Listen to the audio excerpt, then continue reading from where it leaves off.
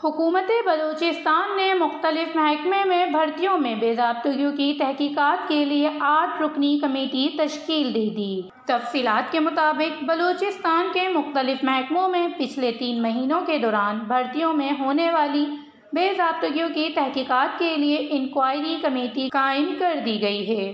Committee کے سربراہ chairman CMIT ہوں گے، جبکہ secretary finance, secretary SNJAT، DG anti corruption, DG خزانہ کمیٹی کے ممبران ہوں گے اور 7 خفیہ اداروں میں ISI، IB اور MI کے نمائندے بھی کمیٹی کے ممبران ہوں گے۔ یاد رہے کہ بلوچستان میں رشوت کی بنیاد پر نوکریوں کے خرید و فروخت کی نشاندہی سابق وزیر اعلیٰ جام کمال نے بھی کی تھی اور اس بات کا بھی انکشاف کیا گیا تھا کہ بڑے بڑے وزیر و مشیر مبینہ طور پر نوکری کی خرید و فروخت میں ملوث ہیں، اور اب نگراں حکومت نے بھی اس کی تحقیقات کا اعلان کیا تھا۔ Wash news, Quetta, Balochistan.